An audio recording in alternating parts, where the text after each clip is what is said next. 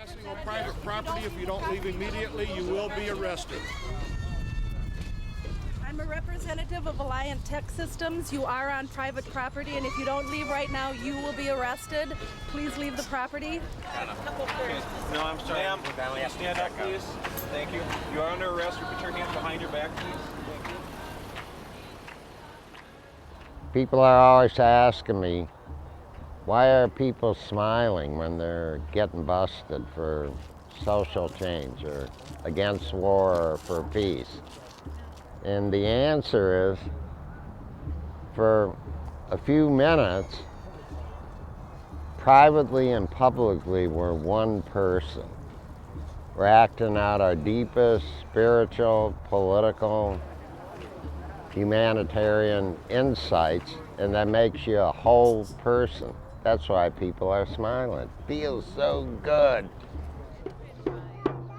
I think they call it trespass, and we call it doing our citizenly duty.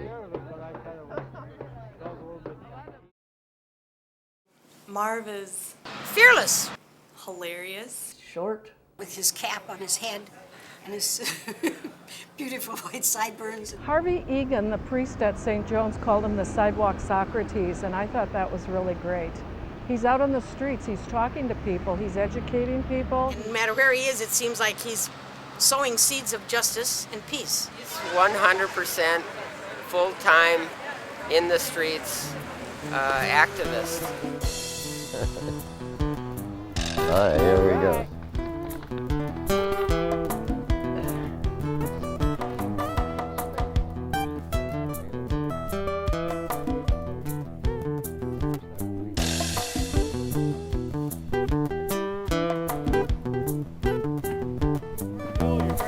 Private property, I'm going to ask you to leave. If you don't leave immediately, we'll have you arrested. Will you please leave?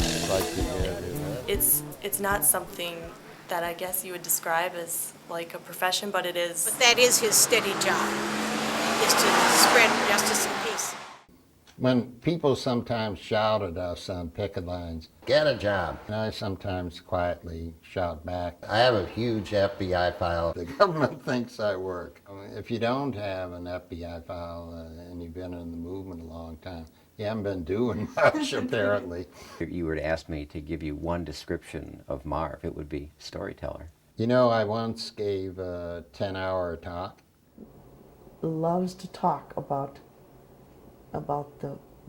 the mission, the goal, the movement. That one thing in mind among others. And people. I teach active nonviolence in the Peace and Justice Studies Department at St. Thomas and St. Paul. I do the oral history of these experiences with my students. I wanted to hear everything he had to say, and after his first oral history, I was like, please don't stop talking. The Spanish Civil War was a friend of Hemingway. The stories almost take over Marv, and he is really reliving those stories as he tells them, which is really powerful to see. And it gives me chills as I talk about it, because he gets filled up with the power of those memories and the power of what was accomplished and the power of what was happening.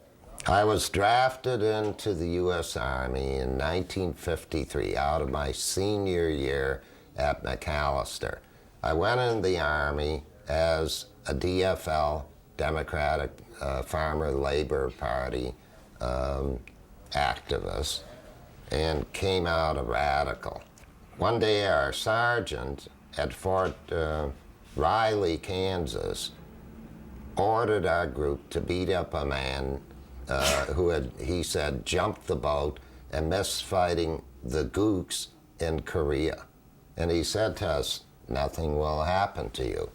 I was the only one in the outfit who said, let's not beat him, let's go talk to him. Maybe he had a good reason for jumping the boat. They then went down and beat him up. I stayed upstairs. The next morning, I looked at the men on my floor of the barracks, and I said, You're a bunch of stupid motherfucking cowards, so am I.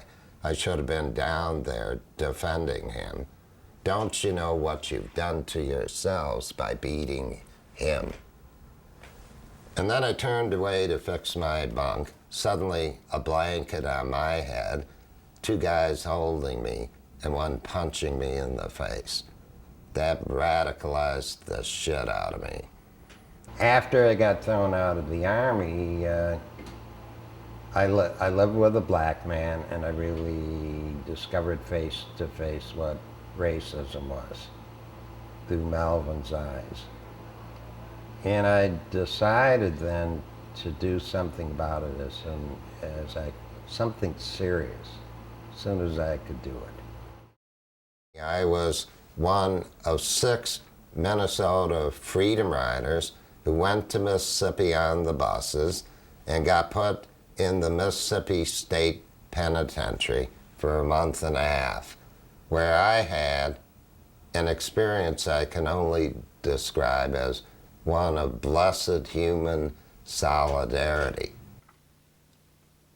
And I thought to myself, there's no other place on earth that I should be at this moment but right here in this cell with these people in this struggle. That kind of feeling is something I yearn to have again and again. It doesn't always come in day-to-day activity. It comes when one is pursuing justice at some risk. When you're taking risks and everybody seems to be working in the right way together. It's like this, when you together taking real serious risk to move the wheel of social change. Having had that life-transforming experience in the Mississippi Penitentiary, I knew after that what I would do the rest of my life, and I've been doing it.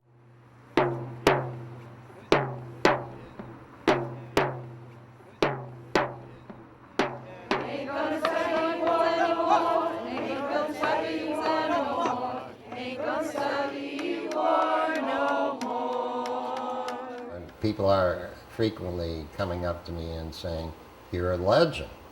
And I always respond by saying, "I'm the only legend in the state who's broke. Do you have $10?" And The kind of work and passion and commitment that he's made to peace and justice it's not monetarily rewarded in this culture. I don't miss having a great deal of wealth. I've never been into that.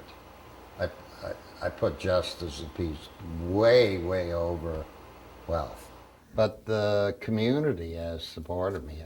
He never worked for money. He just worked, and then he'd throw parties and they'd be fundraisers on his birthday. And that's how he would somehow put together the money. It's the only way I could have done it, through community contributions, through healthcare people who will take care of me, and teaching. His whole life has been the peace movement, and he's given up wealth and everything for that.